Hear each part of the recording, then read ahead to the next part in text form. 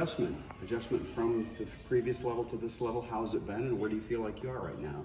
Yeah, I mean, coming in, I knew it was going to be a big adjustment physically and just the pace of the game overall. I think that over the summer, the coaches and the players on the team did a great job at helping me adjust to this level. And right now, I think I'm in a good spot. I think I've adjusted pretty well. If you had to self-scout, what's the Ella Collier scouting report? What do you do well? What do you need to work on this season? It would definitely say that I'm a shooter, but that you have to play me straight up because I have the ability to drive also and use the dribble.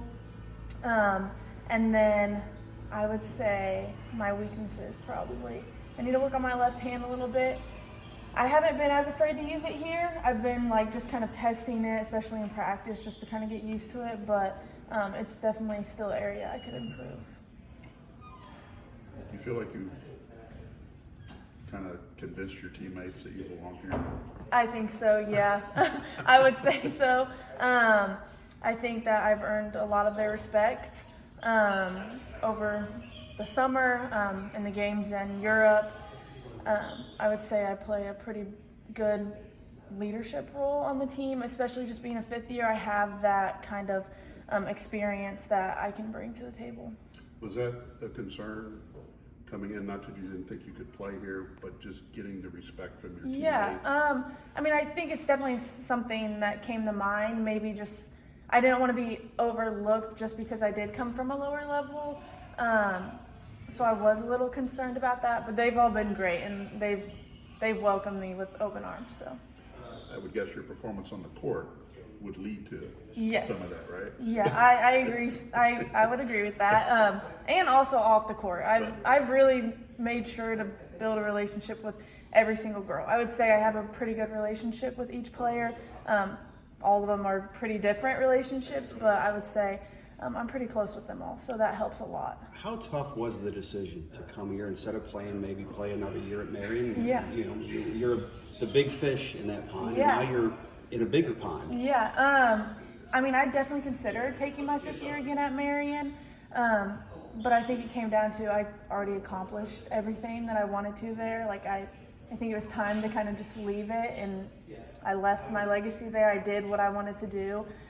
And I've always wanted to play Division I, and being able to do it at the Big Ten, it was kind of hard to turn down the opportunity, I guess, especially since I did have this extra year. I technically shouldn't even be here right now because I'm just glad I had this COVID year and I'm able to experience it. What are some of the things that you guys have done, or you and some other players have done outside of just basketball to help build some of those relationships like you were talking about? Yeah, so I think one of our biggest would be our Europe trip. We really took a step away from basketball. We didn't practice I think we were there for 10 days. We didn't practice. We just played in those 3 games. So we spent a lot of time with each other off the court there. And then we haven't done a lot lately just since our actual season has started. It's been pretty busy, go. But we go to a lot of football games. We tailgate all the home games. We've done dip night together. I'm sure we'll do some more stuff now that fall's coming up, go to some apple orchards or stuff like that.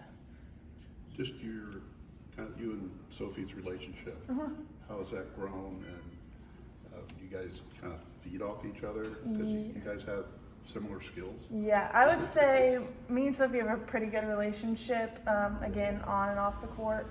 I think she listens to me. I think I can reach her probably differently than other girls can. And same for her. I respect what she has to say to me. We have a good way of holding each other accountable, just because we expect the same from each other.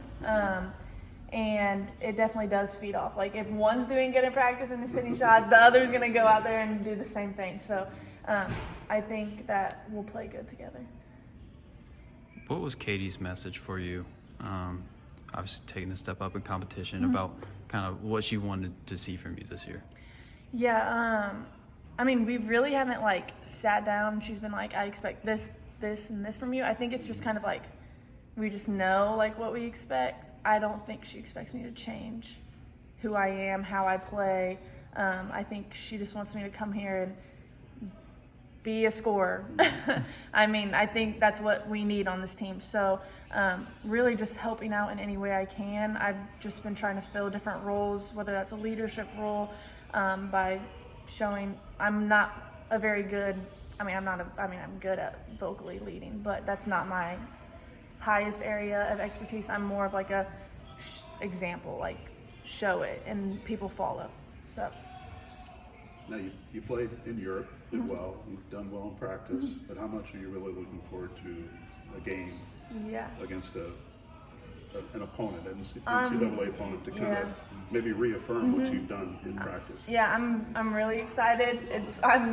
It's so close. I'm really ready to start. I think it's funny though that our first game is against the NAIA school, so that's not going to show a lot for people, but yeah, I'm excited for my first game against Division I players, especially once conference games start, and just hopefully I can prove myself out there.